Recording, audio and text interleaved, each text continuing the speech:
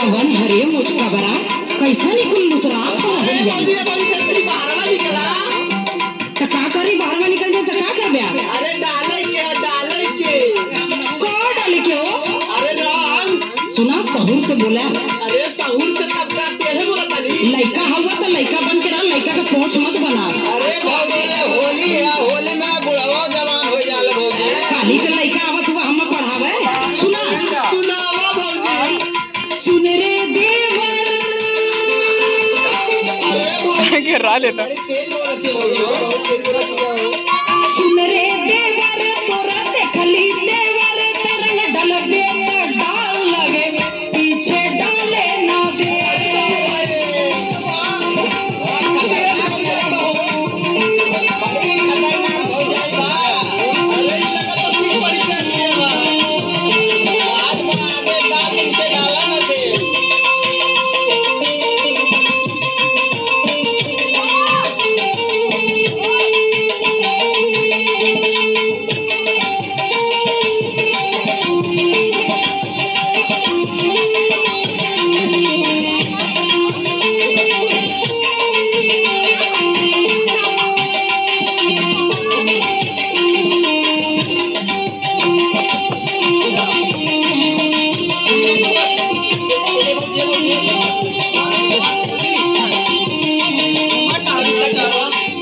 कभी से डाले जाने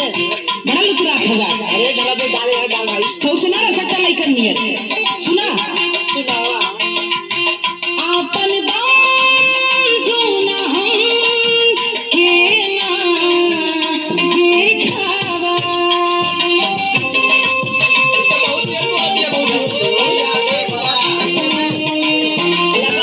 ध्यान से सुन ला हमके जे छेड़बा जमन मानी करबा सच का दानी ना करिया ना दानी ना कया दिलाई तोहरा नानी मुरी भाई अरे सुन रे लइके खबरदार अरे भौजी कभी ये धक्को दे भौजी का हाल सुन रे लइके पंग आइले खाई के तरंग डलवे का डाल आगे पीछे डाले ना दे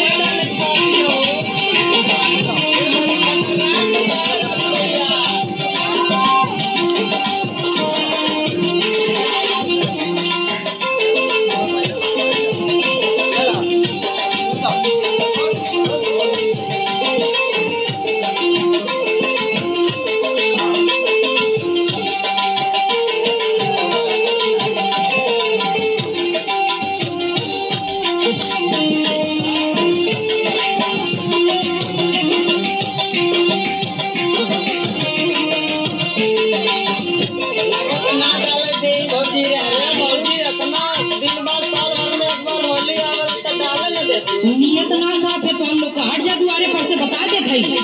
अरे हमने लड़का नहीं हो लड़का होगा तो लड़का नहीं रहा अरे तब हमने मन करे तो ना डाले देबू सुना सुनावा लागत बा फागुन में तोहर नियत बा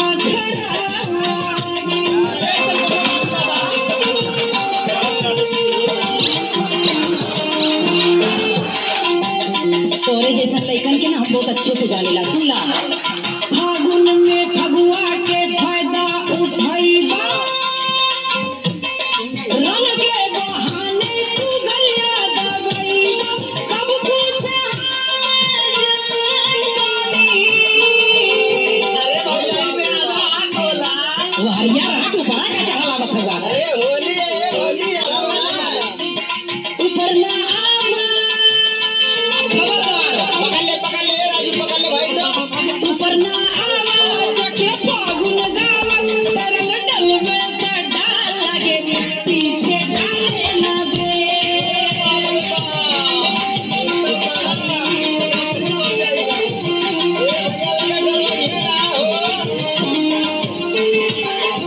तरंग डलवे तो डाल लगे पीछे डाले ना दे राउंडिंग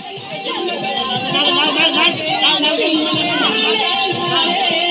दे भूतवा खड़ा है।